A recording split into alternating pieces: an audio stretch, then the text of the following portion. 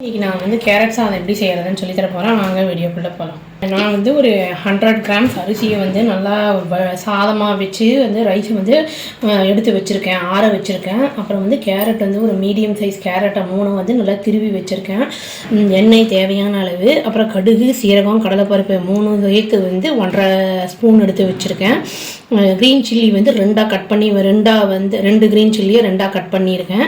ஒரு medium size வெங்காயம் ரஃபாக cut பண்ணி வச்சுருக்கேன். ஒரு மீடியம் சைஸ் தக்காளியும் கட் பண்ணி வச்சுருக்கேன். நான் கொத்தமல்லி வந்து இந்த எல்லாத்தையும் நல்லா வாஷ் பண்ணிவிட்டு அதையும் கிள்ளி வச்சுருக்கேன்.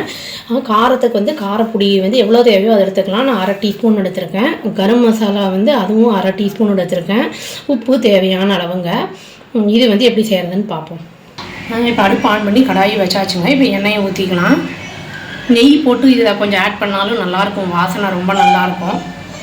இப்போது எண்ணெய் காஞ்சிருச்சுங்க. கடுகு அந்த இதெல்லாம் இருக்குது இல்லைங்களா, எடுத்து வச்சுருக்கோம்ல, அதெல்லாம் போட்டு அதை ஃப்ரை பண்ணிடலாம். பச்சை மிளகாய் இதே ஸ்டேஜில் போட்டுடலாம். இப்போ வெங்காயமும் போட்டாங்க. ஒரு பிஞ்ச் உப்பு போட்டோம்னா சீக்கிரம் வதங்கிடும். இதில் வந்து முந்திரி அப்புறம் வேர்க்கடலாம் போட்டால் கூட இனிமே டேஸ்ட் ரொம்ப நல்லாயிருக்கும். நான் இல்லைன்னு போடலை. இப்போ தக்காளி போட்டுட்டாங்க. இதுலேயும் கொஞ்சம் நல்லா வதங்கட்டும். இதில் வந்து நம்ம எதுவுமே வேக வச்சு எதுவுமே பண்ண போகிறதில்ல. ஆல்ரெடி வடித்து வச்ச சாதத்தான் போட போகிறோம். சுலபம் தான், இது கஷ்டம் கிடையாது. டேஸ்ட்டும் நல்லாயிருக்கும், குழந்தைங்களும் விரும்பி சாப்பிடுவாங்க. இப்போ இந்த ஸ்டேஜில் கேரட் போட்டுருவோம். கேரட்டோட சேர்த்து தக்காளி வெங்காயம் எல்லாமே ஒன்றா வதங்கிடும். இது வந்து இந்த ஸ்டேஜ்லேயே நம்ம பொடிகளையும் போட்டுருவோம். மஞ்சத்தூள், மிளகாத்தூள், கரம் மசாலா எல்லாத்தையும் போட்டு ஒரு கிண்டிக்கலாம். எவ்வளோ காரம் வேணுமோ போட்டுக்கலாங்க. நான் வந்து எனக்கு தேவையான அளவு போட்டிருக்கேன். இதில் கெரோட்டின் நல்லா நிறைய இருக்கிறதுனால தலைக்கு ரொம்ப நல்லது. ஹேருக்கு விட்டமின் ஏ இருக்கிறதுனால கண்ணுக்கெல்லாம் ரொம்ப நல்லது. கேரட்டு திருவி தான் போட்டிருக்கோம், அதனால் வந்து சீக்கிரமே வதங்கிடும், ரொம்ப லேட்லாம் ஆகாது. நல்லா வதங்கிடுச்சுங்க. ஆற வச்ச சாதம் இருக்கு இல்லைங்களா, அதை வந்து இதில் போட்டு நல்லா ஒரு கிளறிட்டு அடுப்பை ஆஃப் பண்ணிடலாம். ஈவனாக நல்லா மிக்ஸ் ஆகிற மாதிரி கிளறணும். அப்புறம் வந்து கொத்தமல்லி போட்டு இறக்கிட வேண்டியதான். பொருள் எல்லாமே நம்ம வீட்டில் இருக்கிறது தான், எதுவும் வெளியில் காய் மட்டும்தான் வாங்குற மாதிரி இருக்கும். அதுவும் கேரட்டு தான்.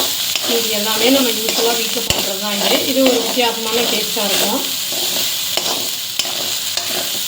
அதாங்க டேஸ்டியான கேரட் சாதம் ரெடி ஆகிடுச்சு.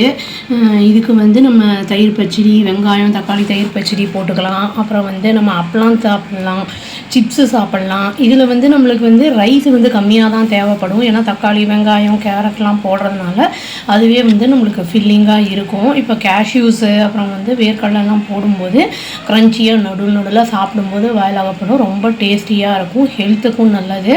இது வந்து நம்ம லஞ்ச் பாக்ஸுக்கு வந்து குழந்தைங்களுக்கு இந்த மாதிரி கொடுத்து அனுப்பினா மிச்சம் வைக்காமல் சாப்பிட்டுட்டு வந்துடுவாங்க. இது வந்து நம்ம வீக்லி வந்து இந்த வாரத்துக்கு ஒரு நாள் இல்லாட்டி நம்ம வந்து வெளியில் எங்கேயாவது போகிறோம் அந்த மாதிரி இருந்தால் கூட இந்த மாதிரி பேக் பண்ணி எடுத்துகிட்டு போயிடலாம்.